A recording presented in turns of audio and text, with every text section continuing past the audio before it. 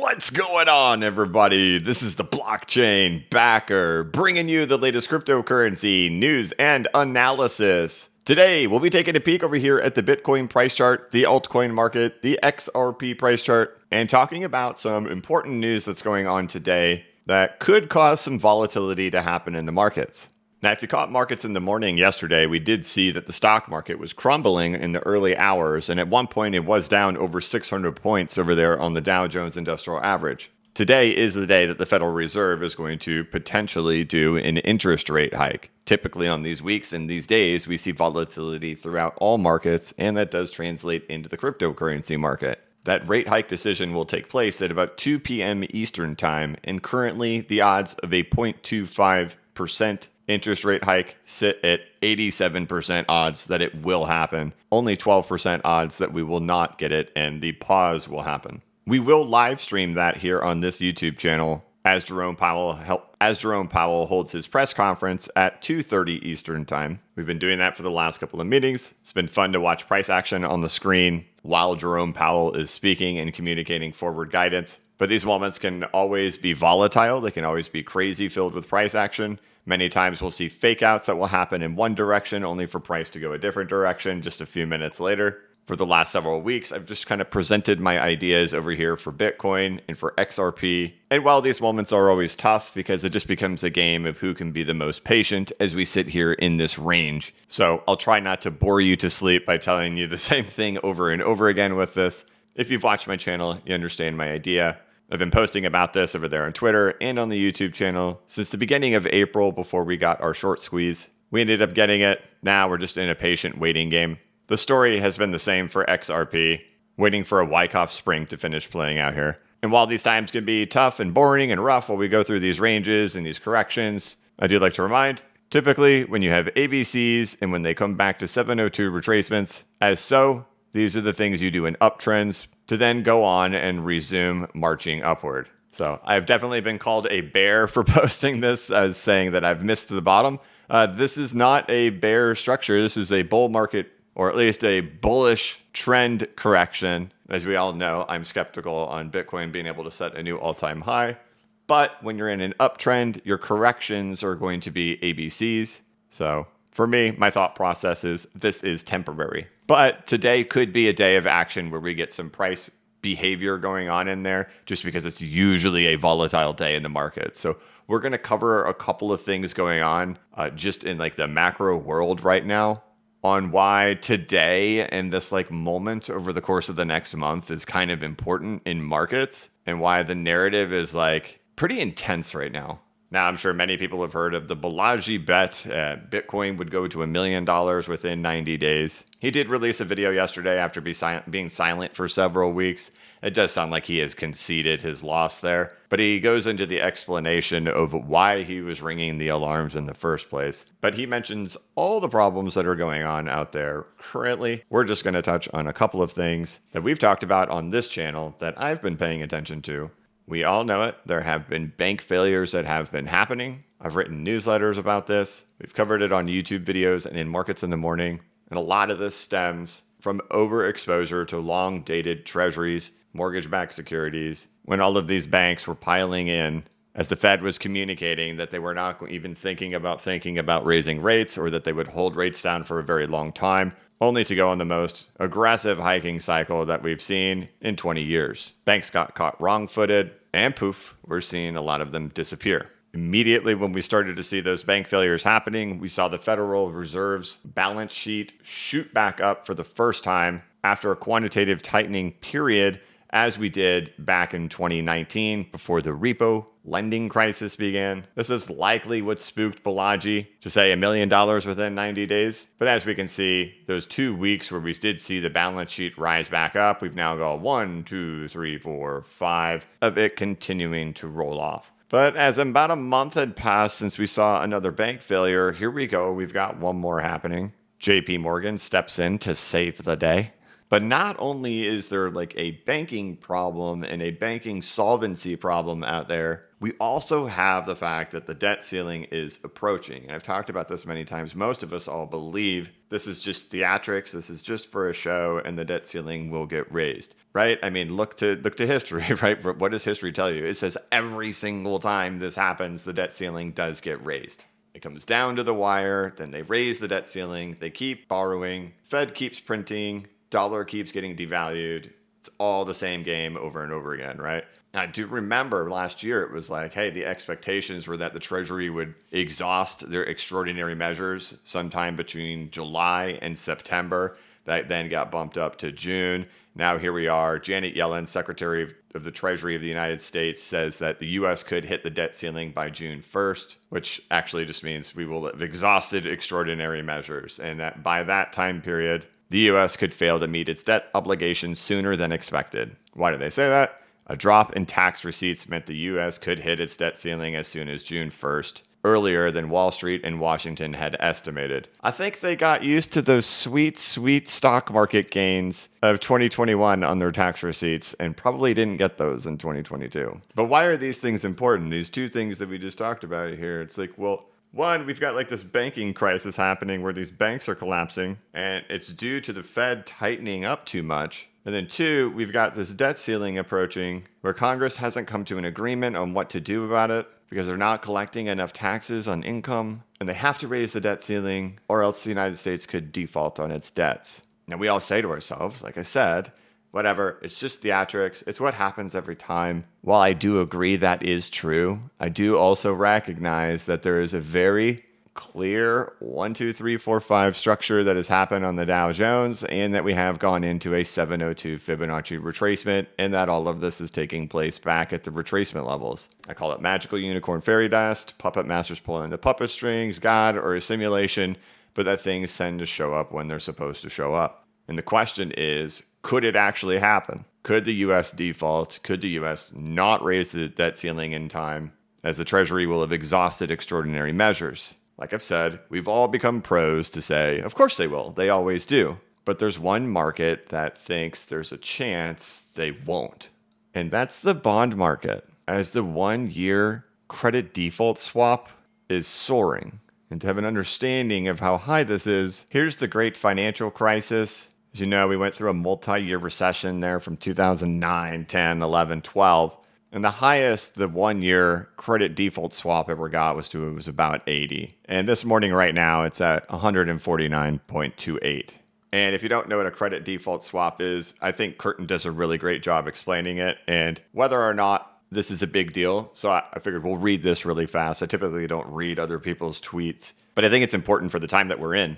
He says, is the United States going to default because the credit default swap spreads have hit a record high? This image is doing rounds. Not sure how many of us understand what's the credit default swap and credit default swap spread, so a quick thread. Let's say you have invested in the 1-year U.S. sovereign bonds. Now you fear, with all the news around, that the U.S. might default on the bonds. What do? You can buy an insurance which pays you the maturity if the U.S. bonds default. That insurance is called a credit default swap. So let's say I bought $1 million worth of 1-year U.S. bonds. The bonds are paying an interest of 5%. Now, if I want to insure this, I will have to pay a premium for the same. The premium is called the credit default swap spread, which the image represents. In 2008, I had to pay roughly 0.6% per year to insure my bonds. Today, that premium or credit default swap is 1.4%. The seller is asking for more premium because the seller feels the risk is high for US default. So 1.4% on $1 million is the premium per year. So is the US going to default? He says, no. What works for the US is that their debt is in US dollars, which they can keep printing and avoid any default. Yes, what the chart shows is the risk perception towards the US has surely changed for the worst, but it is relative. Apparently, the credit default swap in US bonds is higher than even China. The cost to insure US bonds is higher than China bonds. If you also think the US is not going to default, be the seller of the credit default swap and pocket the 1.4% spread. So, own a 1-year bond paying 5%. You can buy yourself a credit default swap, which costs you 1.49% per year, but protects you in the event of a default, right? Theoretically. But what this image represents is that never before, since prior to the great financial crisis, has there been this much worry in the bond market that they are going to default, right? Go back to every time you've seen the debt ceiling get raised. Every time, it's down to the wire, then they pull it off and it's all good, and then we pay all of our bills and whatever. The bond market never fell for it. The bond market is saying there's the highest chance ever that something bad is happening. And then the Treasury comes out and says, hey, we're going to have exhausted extraordinary measures by June 1st. And then you go back and remember that for some reason at the end of last month, the 1 month US bills fell all the way to 3.1%. Yet the 2 months did not, and they're continuing to soar. The 3 months did not fall like that. But for some reason at the end of April, they did. And then now they've moved their way back up. Did somebody know something and was saying the only thing that's really safe out there to buy is the 1 month because we're approaching this deadline. And if you own a 2 month that goes beyond June, you're not going to get paid. But otherwise, why would the 2 month be soaring and at least holding steady when the 1 month plunged when we were just barely over 1 month until we're going to reach that deadline? I always say the bond market has a tendency to kind of give the real clue to what's going on in the market. This was alarming when it happened, that it had to mean something because it just was not consistent with what was going on with the rest of the market at that time. Very obvious change in behavior from what we have seen since February of 2022. So people aren't willing to touch the 2 month or 3 month, which goes beyond the deadline. And then now we're seeing credit default swaps trading at the highest premium in modern history, nearly 2 times that of during the great financial crisis. And the thing is, this is in the depths of the great financial crisis, right? This is we're not even in great financial crisis yet. The stock market is still holding up well. So the bond market is screaming something about this, but we're all used to them raising the debt ceiling. The Fed's going to print a bunch of money, and that's where it all comes back to this stuff, right? So the Fed at the beginning of the year communicated 3 interest rate hikes throughout 2023, essentially 0.75%.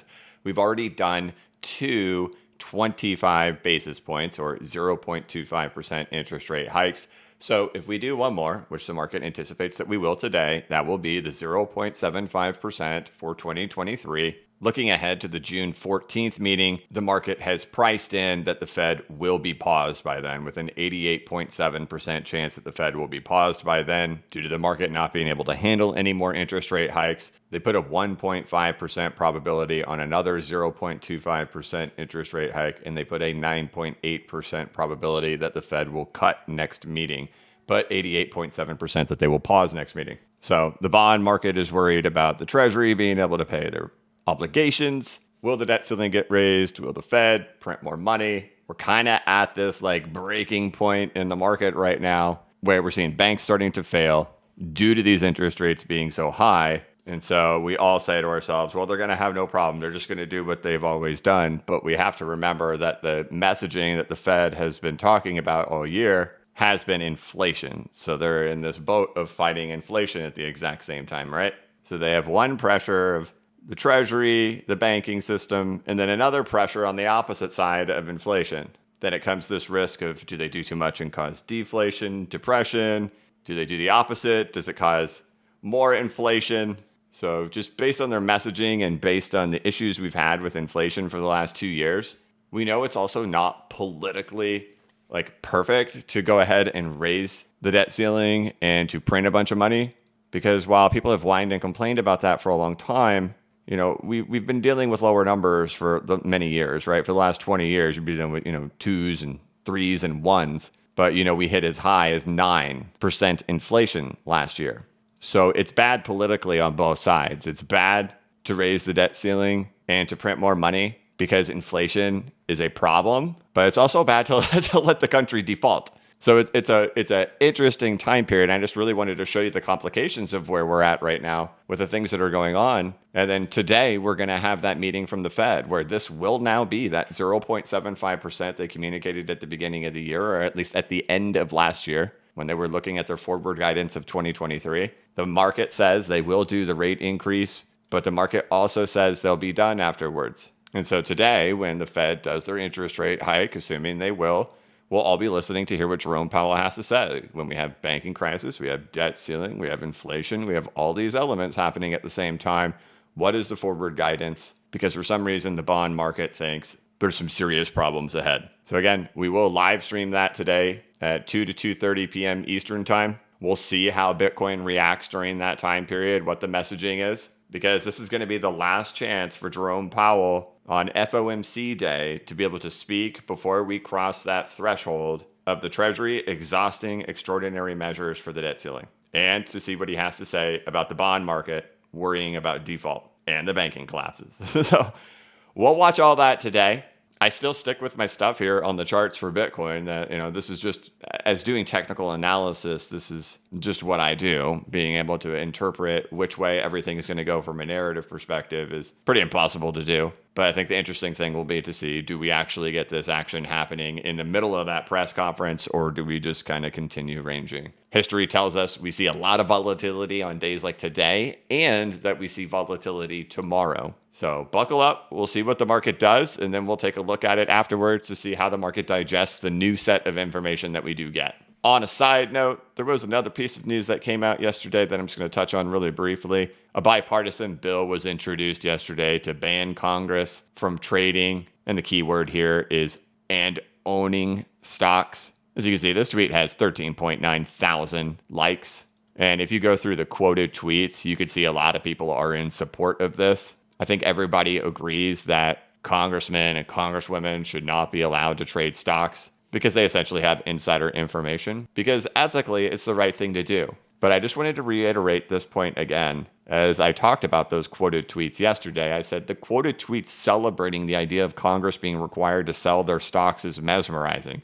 The Federal Reserve banned themselves from owning stocks for ethical reasons on October 21st of 2021, the day of the 4.236 extension on the S&P 500, hashtag legendary, in which I'm showing the chart here of the Federal Reserve announces new restrictions on officials' investment activities, in that we had been in a bull run since 2009 all the way to 2021, 12 years, and then the Fed bans themselves right at the 4.236 extension. Then 2 months later, the market turned over and they began an aggressive hiking cycle. Why would the Fed care if your stocks crash? They sold. Hike time.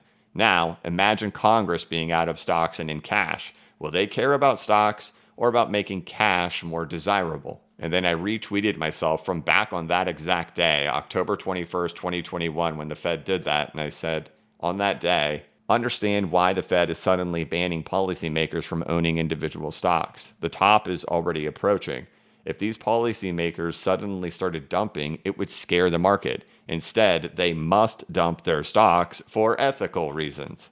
And then I said, on that same day, on a side note, if we see Congress pull off this same thing where politicians must sell for ethical reasons, run for the hills. So we've seen these bills get introduced multiple times over the last year. I don't know how serious they are about this and how much support it truly has. It says it's bipartisan, which means both sides agree on this thing, or at least it was written by congressmen of both sides of the aisle. But again, if that ever happens, which we all know, like 80, 90% of the United States citizens are in support of that just from an ethical reason and will celebrate it and think it's a great thing. But we saw what the Fed did. We know it's a perfect excuse for them to be able to sell the top and not be accountable for selling the top. And if that ever happens, I will become undeniably the biggest bear on the United States stock market that there can possibly be. But that day isn't today. So it's our big day. I'm going to go ahead and start kind of closing this thing out to get ready for markets in the morning. And then we have the live stream today at 2 p.m. Eastern time for the Fed and the FOMC and the rate hike. So as for crypto, as for Bitcoin, it's still just ranging. It's still just the same stuff we've talked about for the last several weeks in there. Does look like Pepe, the exciting thing for the last several days, has started to cool itself off. But we'll see how the market reacts to what is typically a highly volatile day today. So I'll catch you guys later today. And otherwise, I'll catch you in the next one. But all right, that's going to be it for this one. Thank you so much for watching. If you could, please like this video and give it a thumbs up. If you're new to the channel, please subscribe and hit the notification bell so you can be notified of when I create new content and when I go live.